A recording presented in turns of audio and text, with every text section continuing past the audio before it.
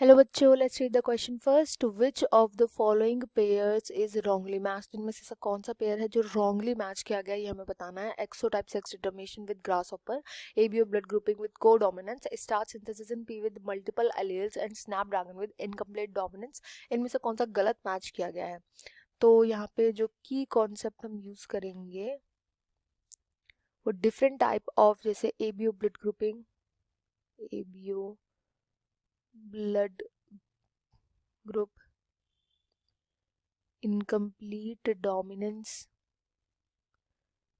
ये जो हमारे मेन की कॉन्सेप्ट है, इन पे हम फंक्शन करेंगे, इनको साथ साथ में समझेंगे विद द ऑप्शन. सबसे पहला बोला गया XO type sex determination. Sex determination क्या होता है? जब हम किसी भी ऑर्गेनिज्म का सेक्स डिटरमाइन करते हैं, मेल है या फिर फीमेल है, दो ही सेक्स प्रेजेंट होता है. या तो कोई ऑर्गेनिज्म मेल होगा या कोई ऑर्गेनिज्म फीमेल होगी.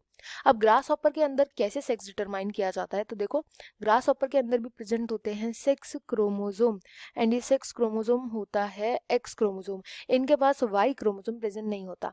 तो अगर सेक्स क्रोमोसोम जो प्रेजेंट है ग्रासहॉपर के पास, अगर वो एक्स एक्स क्रोमोसोम है, दो एक्स क्रोमोसोम है, तो वो ग्रासहॉपर हो जाती है फीमेल ग्रासहॉपर.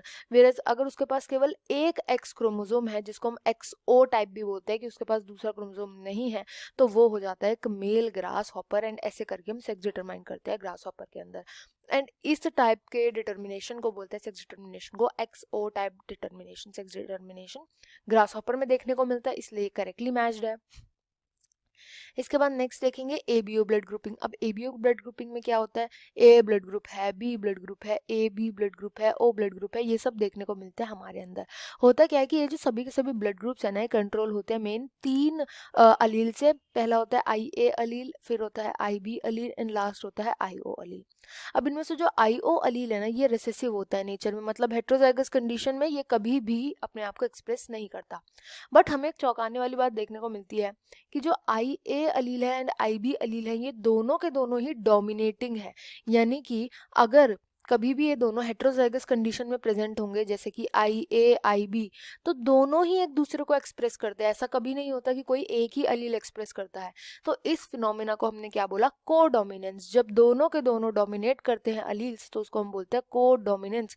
तभी तो हमें ये वाला ब्लड ग्रुप देखने को मिलता है, वरना हमें एक ही कोई ब्लड ग्रुप देखने को मिलता. तो ये हमें इसलिए देखने को मिलता है, को डोमिनेंस बोला जाता है इसको, और ये भी करेक्टली मैच किया गया. इसके बाद नेक्स्ट बोला गया स्टार्च का synthesis in P is multiple alleles. तो देखो, जो स्टार्च का सिंथेसिस होता है ना पी का, वही पी के जो आपने दाने देखे होंगे, कोई छोटा दाना होता है, कोई बड़ा दाना होता है. तो ऐसे क्यों होता है? क्योंकि इनके अंदर जो स्टार्च प्रेजेंट होता है ना, वो अलग अलग अमाउंट में प्रेजेंट होता है. अब स्टार्च का जो बनना होता है, वो मेन दो अलील कंट्रोल करते हैं. एक होता है कैपिटल बी, एक होता है छोटा बी. अगर कैपिटल बी प्रेजेंट है तो ज़्यादा स्टार्च प्रेजेंट होगा, ज़्यादा बड़ा दाना बनेगा. छोटा बी प्रेजेंट है, यानी दो छोटे छोटे अलील्स प्रेजेंट है, तो छोटा वाला दाना बनेगा, क्योंकि कम स्टार्च बनेगा. तो हमने यहाँ पे क्या देखा कि यहाँ पर जो स्टार्च का सिंथेसिस है ना, केवल दो अलील पे डिपेंड करता है, मल्टीपल अलील्स पे डिपेंड नहीं करता. मल्टीपल अलील्स हम कब बोलेंगे?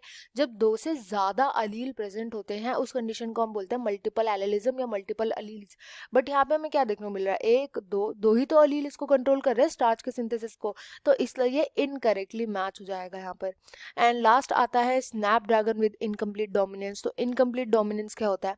देखो, कई बारी क्या होता है कि कई बारी जब कैपिटल बी प्रेजेंट है कोई, तो हमें एक particular phenotype, for example phenotype A देखने को मिलेगा, फिनोटाइप वन देखने को मिलेगा. इधर वन कर लेते हैं, फिनोटाइप वन देखने को मिलेगा, एक टाइप का फिनोटाइप. जब छोटे छोटे यानी रिसेसिव वाले जब साथ में होते हैं, तो हमें फिनोटाइप सेकंड देखने को मिलेगा. बट जब हेट्रोजाइगस कंडीशन होती है, एक डोमिनेटिंग हो एक रेसेसिव हो, और यहाँ पे क्या होता है, दोनों के दोनों एक्सप्रेस कर जाएं, दोनों के दोनों एक्सप्रेस तो करते हैं पर केवल पार्शियली एक्सप्रेस करते हैं, अपने आप को फुली एक्सप्रेस नहीं कर पाते. एक अलील दूसरा अलील जब हेट्रोजाइगस कंडीशन में प्रेजेंट होते हैं, खुद को पार्शियली एक्सप्रेस करते हैं, पूरी तरीके से एक्सप्रेस नहीं कर पाते.